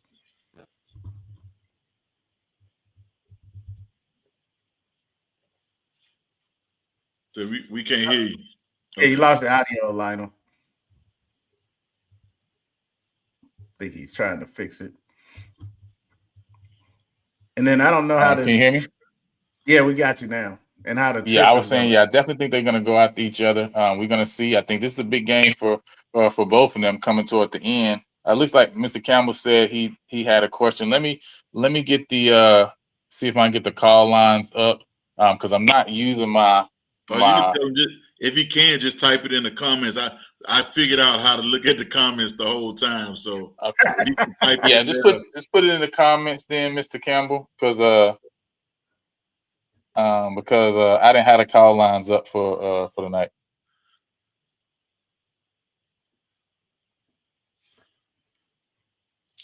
Yeah, you should have texted him to StreamYard. I want to hear what Mr. Campbell got to say. He watches all the games. Yeah. Hey man, I tell you what, I did have after the game. I had a real good time seeing some of the alumni that I hadn't seen in a while, as well as some of the guys that played for me, and even some of the guys that played before I got there that recognized me and came over and talked to me. So I had, and some of those, they asked me a million questions about football and coaching and stuff like that. Some of the guys that I coached that are now coaches telling me some things that, pretty much what they said to me, what I said to them, they saying it to their players and wondering why, they don't understand some of the analogies. But now, like say, they grown and got kids, they see what I'm talking about. So it was real good to see some of those guys, especially the ones that coach. And I'm thinking about having, depending on when what happens with my son team this weekend, having a few of the guys that I coach out here at Grambling and Prairie View come by and watch the Prairie View game if it's showing on the ESPN Plus family, which I think it will be. Mm-hmm. Yeah. Hey, I'll tell you what too. I can see some. So G and I went to the same high school, even though he's a lot younger than I am. It was like, to me, that was like me meeting Stephen A. Smith or something like that. Especially, look, I didn't go to my high school until my senior year, but it's like we have a city and we're so proud to see each other doing well in different fields. Is real big for us because the dynamics have changed, the neighborhood has changed, but to see guys from where we from doing well means a lot. And I told him, man, I was happy to meet him. I took a picture with him and sent it to my sister, just like you like say, that's Stephen A. Smith to me. Hey, that's what's up, man. Shouts out to G, for showing love over there on SWAC and the Food Channel. Mr. Campbell, I know you're now in with us. Go ahead and ask your question to Coach Northern. Coach, how you doing, guys? Just want to say another great show. But Coach, I'm not gonna put you on the spot with Prairie View, but I'm gonna put you on the spot with FAMU. Yeah, I'm hearing a lot of things about losing control of the locker room, people not playing up to their potential.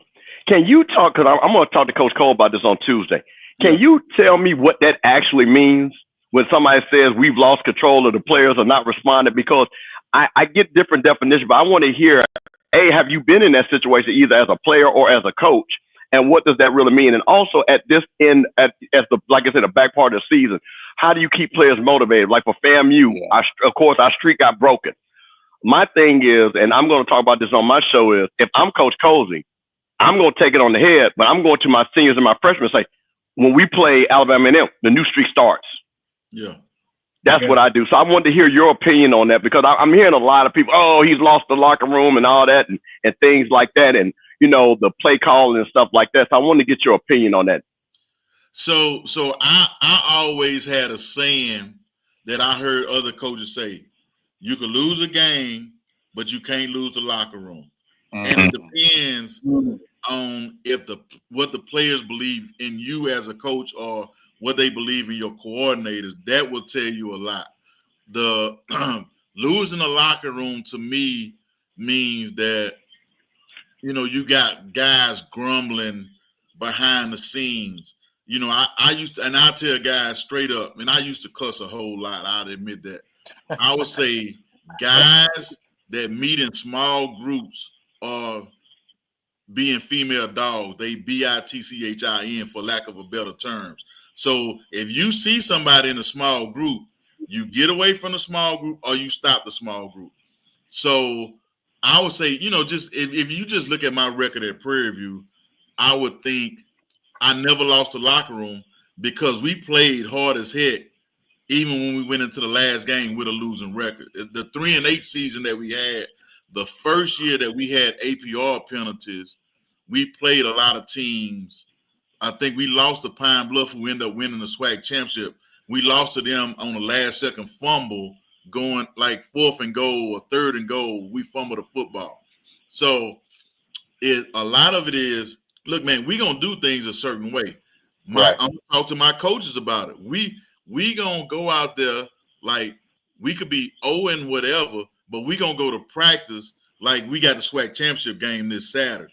And I believe in that. We don't change based on our circumstances. Yeah. So it's just, look, we gonna do it a certain way.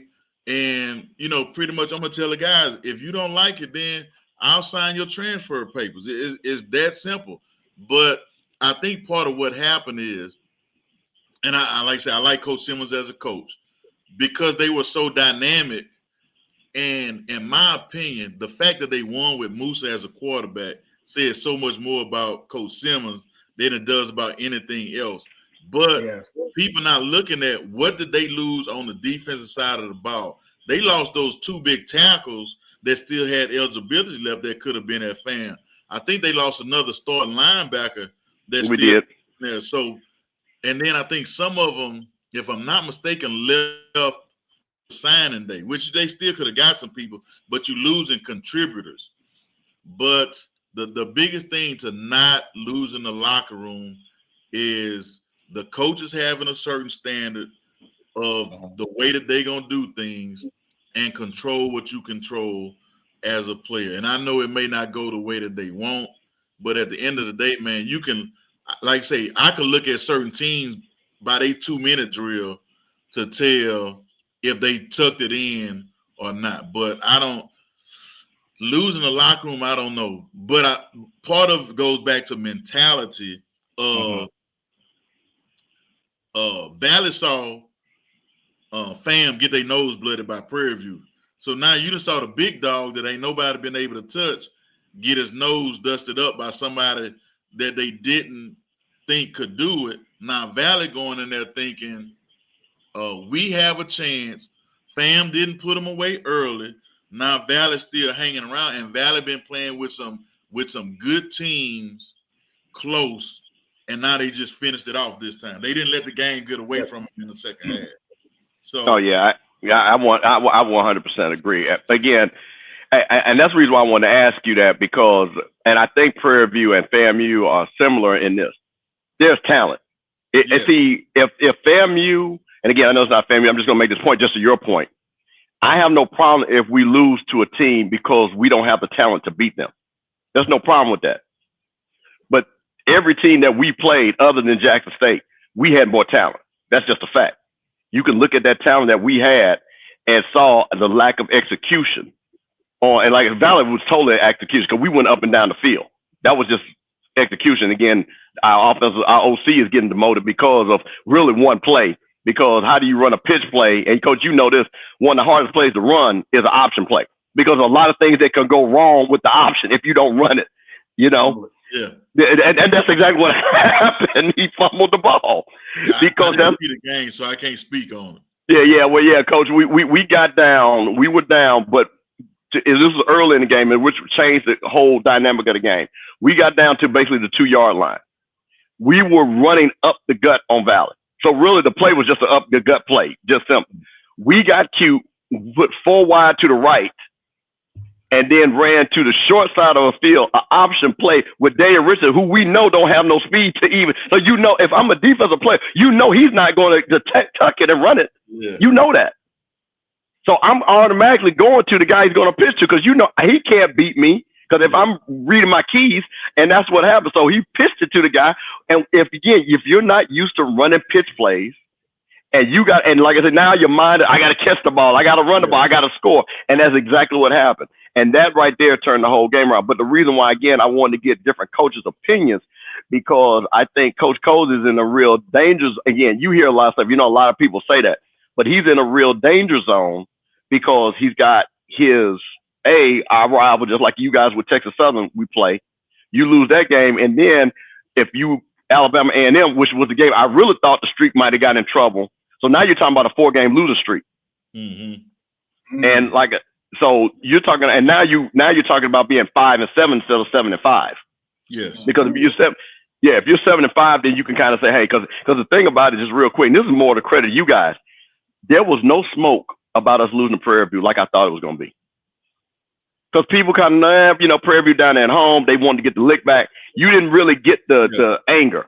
This week, all hell broke loose because of the streak being broken to a team has lost 15 straight games.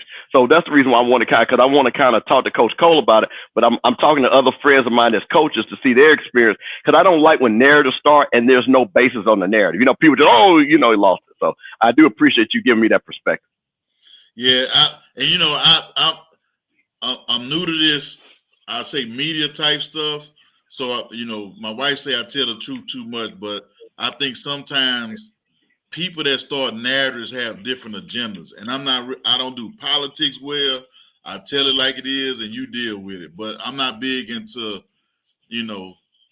throwing stones and hide my hand type of stuff.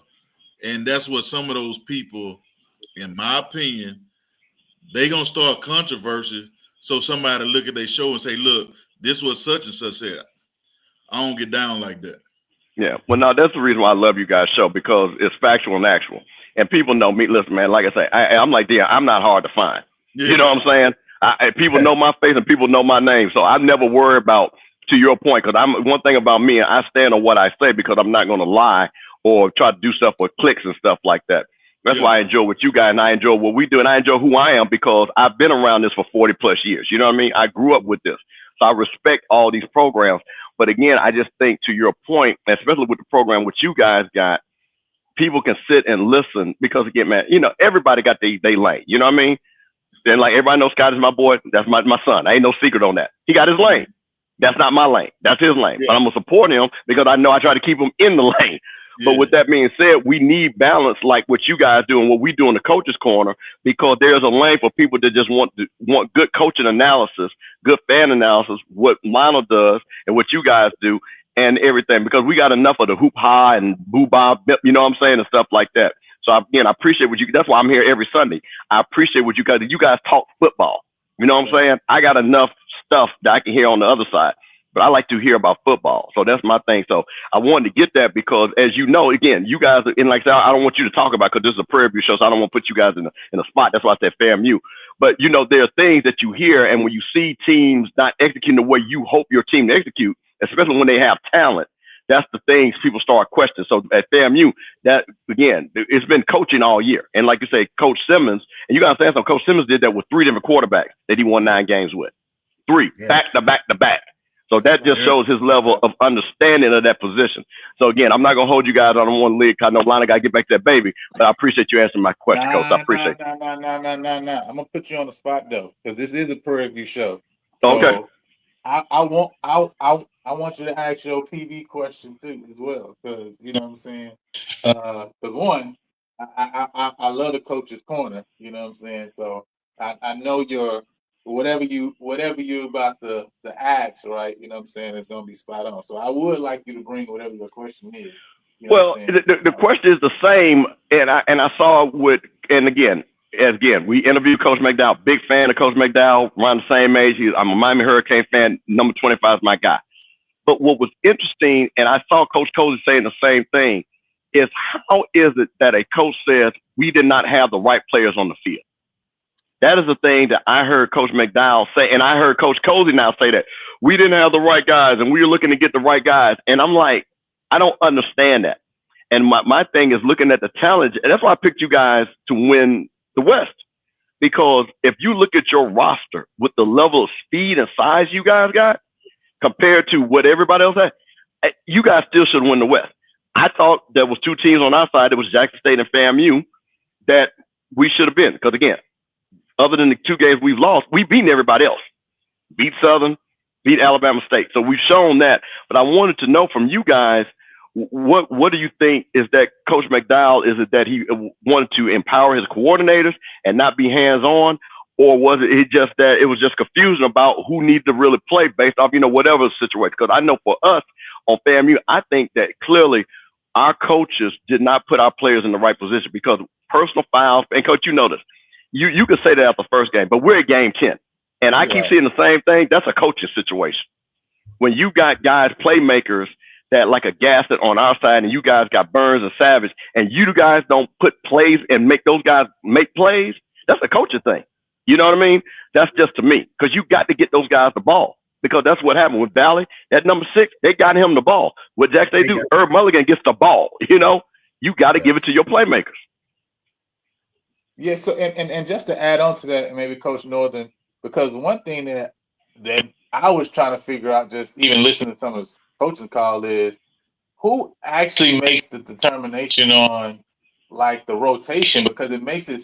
The way it's come up, it seems as if the positional coaches are actually determining the rotation versus even say like the OC or DC, for example. You know what I'm saying? Is that actually how it kind of operates?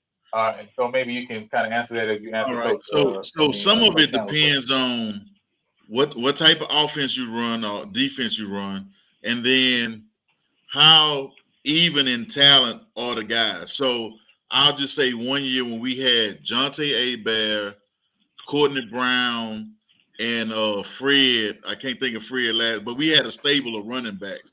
Those jokers could go in and out the ball game pretty much at will. They had their own 4 or 5 play rotation unless coach held them back. Sometimes with the receivers, which I don't understand or don't like, now it's almost like if a guy runs a deep route, he automatically comes to the sideline and gets replaced by a guy who may be a little bit fresher. I used to tell, this is the universal sign for I'm tired. And I tell guys, I don't understand sign language. So if you need to be out there on the field, you get out there on the field. So, it's different things. So sometimes as a head coach, you may leave it up to the coordinators, or sometimes as an offense, you may have a philosophy. If you run a go route, we automatically going to replace you no matter what the down and distance is. Or if you as a receiver feel like, hey, I got another 2 or 3 in me, coach, then we going to do that. Even like the defensive line substitutions, we practice the substitution. We don't substitute unless they substitute, or we don't substitute unless the ball goes out of bounds. And it's just certain things.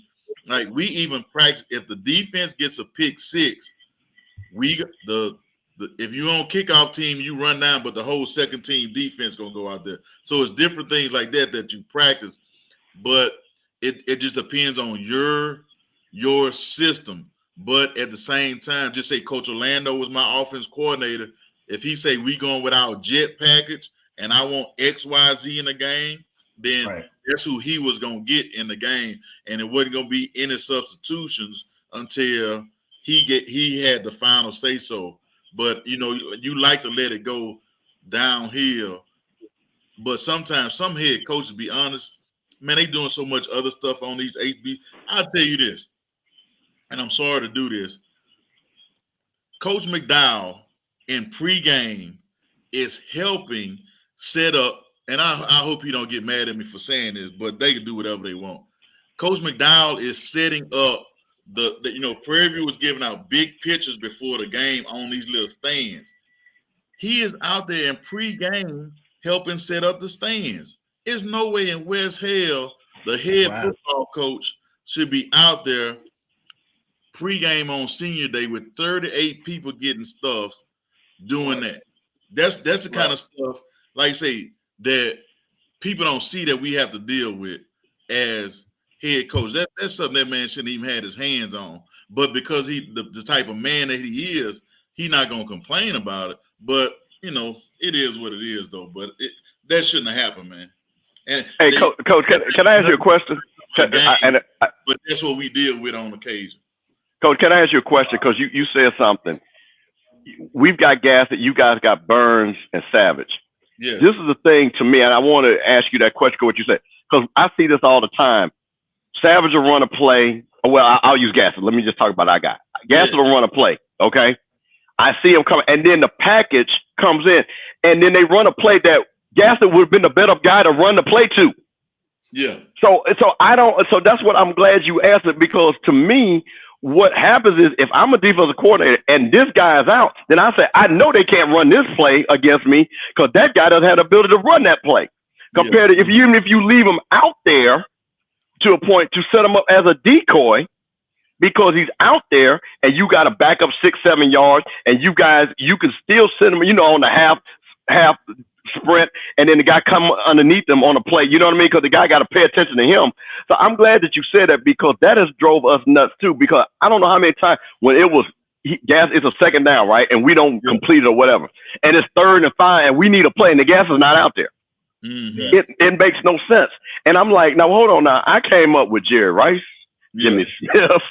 You know what I'm saying? Guys that played the whole, you know what I'm saying, with Chris Burkett. You know what I mean? These guys that played the whole game, and they played on the kickoff team. You know what I'm saying?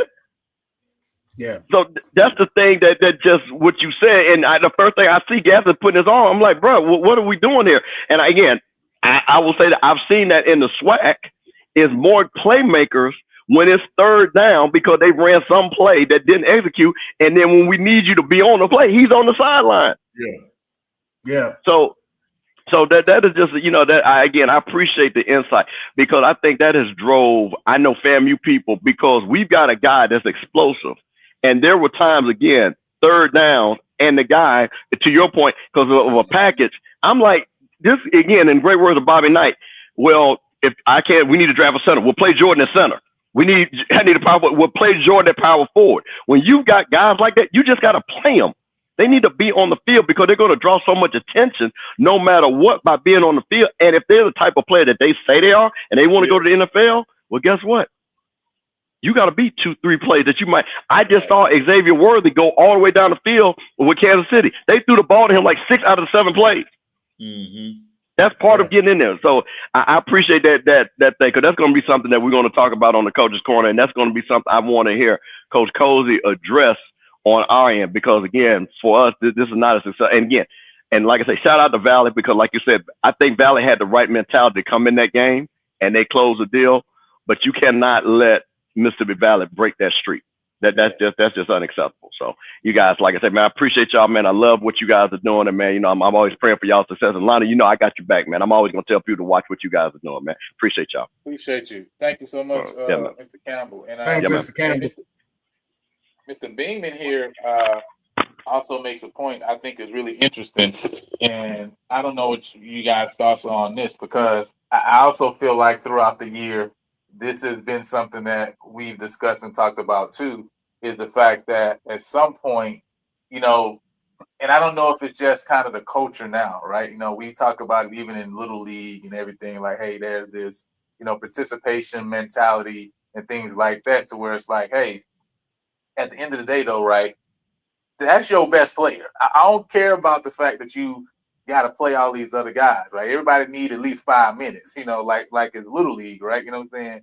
But them 2 guys there, though, going to be in the game the whole game, regardless of the fact that you got to figure out how to get these other kids to play. Because if you're trying to win, they got to be there, right?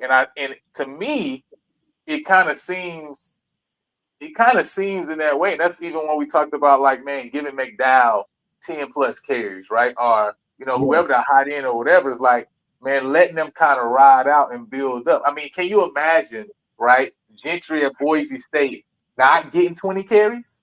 I mean, just think about how much that wouldn't make sense, right? Like, why would you not ride him out if he, he's that guy, and take 10 carries away from him and give it to your second string guy? So now he get 13 carries, the second guy get 10, but you don't get the same production from him when you don't allow him to kind of work into the game. And I think that's kind of something that, I mean, even if you look early in the year at Savage, and the targets he got, for example, right, versus the rest of the year. And I know the teams could be playing you differently and things like that, obviously, right? But it was like, it seemed that there was a key of like, okay, we trying to get Savage the ball, right? That first game before, obviously, Burns got hurt, But I think he had like 6 targets that first TSU game, even though they didn't hit on all of them, right? You know what I'm saying? So it's like, hey, it was a key in on, man, these 2 guys are the guys we trying to rock out with. And it just never seemed like throughout the year until these last couple games, we said, look, Lamar J, he's the running back. That's gonna be the number 1 guy, right? And you know what I'm saying? And we gonna rock out with him first and foremost before anything else. And sometimes I think like you just have to do that, right? You know what I'm saying? You just have to say, man, this is the guy I'm gonna get the ball to their hands. I mean, I can't imagine playing basketball and you not having somebody you run the offense through. I mean, that's just that sounds like chaos to me, right? Not that the other players you got to get them involved, but like one guy on your team need to be getting 18 to 20 shots. That's just how it works, right? You know what I'm saying? It just is what it is. I mean, hey, as much as you are you growing in your and how you are as a player, you're not taking 20 shots. That's like you gonna get 7, and 4 of them gonna be off of the other guy who is trying to get shots. That's how this gonna work, right? You know what I'm saying? And you got to execute there. It's not being mean. It's just it's just life, right? This is how it's gonna work, right? Until it becomes your time. You know what I mean? And so I don't know if that's just a mentality thing, right? Because obviously Coach Campbell is talking about it, and he's at BAM, we at PV, and I feel like it may be somewhat similar in other places. But I don't know you guys' thoughts about that in general, right? Because I feel like this year, I wish we would have just said, hey, listen, you know, now Beeman is like they want the red shirt him and they didn't want. I don't know what's going on there. I know they went in between. But clearly, just from the spark, you can see he got that spark. I mean, it just is what it is, right? You know what I'm saying? McDowell, it's like when he get enough carries, he's getting there, right? Why would they say, listen, we're gonna lean on this guy? Because who want to tackle a 220-pound guy in the third or fourth quarter anyway, right? You know what I'm saying? So again, what's your thoughts around that in general that Mr. Beeman put there, you know what I'm saying, about kind of beating around the bush, you know? I'll let him go first. I knew he was gonna put me out there. But you know, I don't know if he's number 20's dad, but I just was puzzled in the Texas Southern game. You know, Beeman came out and he ripped off 6 yards of carry, and then it was kind of like we said, okay, we showed him we're gonna hide him now because we don't want anybody to know he can do that. And then he didn't play anymore, and I was just really puzzled by that. And like I said before, you know, I really think running the ball could have been our identity to set up the passing game because there were some games where we got up off the run and it really stagnated the offense. And I know sometimes you might run the ball and get 1 yard. You're like, ooh, we got to get off of that. But it's kind of like, you know, it was kind of like when I was in high school, we had a running back, and I'm old, so this was a long time ago, but our running back was, you know, 5'10", 5'11", 215, second in the state in the shot put, but he wore these cleats that look like boots, just up his ankles and just big, red, and mean. And he used to get up, he'd be in the backfield, and I'm on the line because I was a receiver, and he would just tell the other team, because we need about 2 yards, I'm getting the ball pumped. And I'm like, dang, did you have to just tell them that? But he would get those 2 or 3 yards. And, you know, and back then, this was, you know, like I said, a long time ago. But, you know, for somebody that big to run a 4.52, and he would step on you and run over you, you did not want to feel those boots when he ran the ball. And I think, you know, McDowell could run like that if we gave him the ball enough.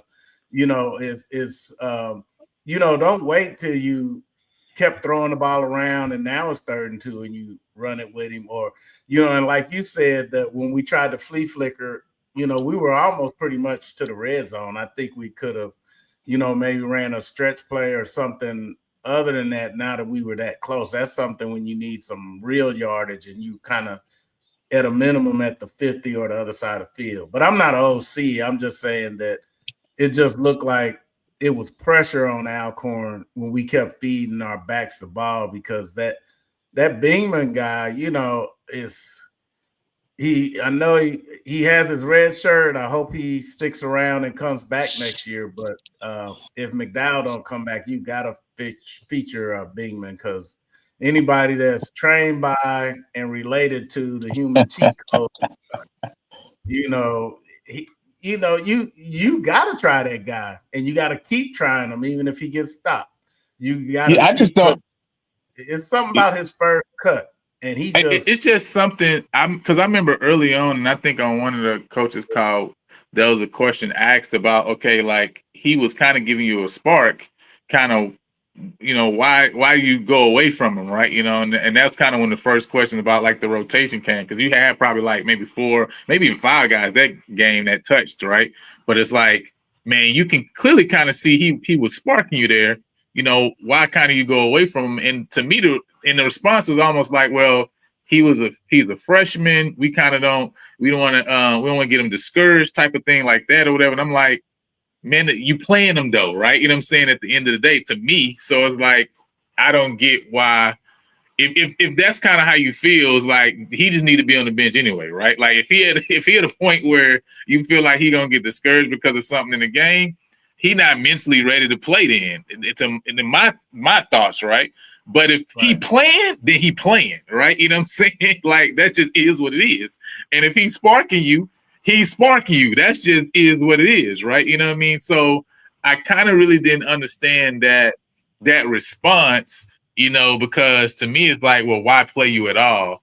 If kind of like I just didn't get that, to be honest, right? You know what I mean? Because if you feel like mentally, somebody's too young and they maybe not ready, they're just too young and they're not ready. Like just completely redshirt them and let them kind of build up to where they ready for next year. But I think throughout this year we've seen, he's played very well. I mean, he's been one of the he's probably been the most decisive back I've seen all year, right? You know what I'm saying?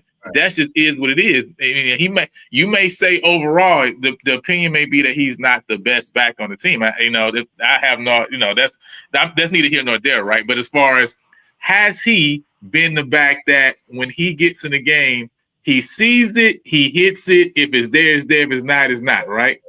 Clearly, right? You know what I'm saying? That's how he's been all year. You know what I'm saying? So to me, like, let him rock out. And especially if you're going to play him. Now, I think he still has his red shirt, right? So I think that's still safe from what the conversation I've had, that he still had, this was the last game he could play in and still keep the red shirt, right? So I understand not playing him more because you probably want to hold on to that, right? But when in the games he is playing, to me, it should have been like this past game where it's like, hey, let him and McDowell rock out because they've clearly been kind of the best 2 guys there, right? But yeah, man.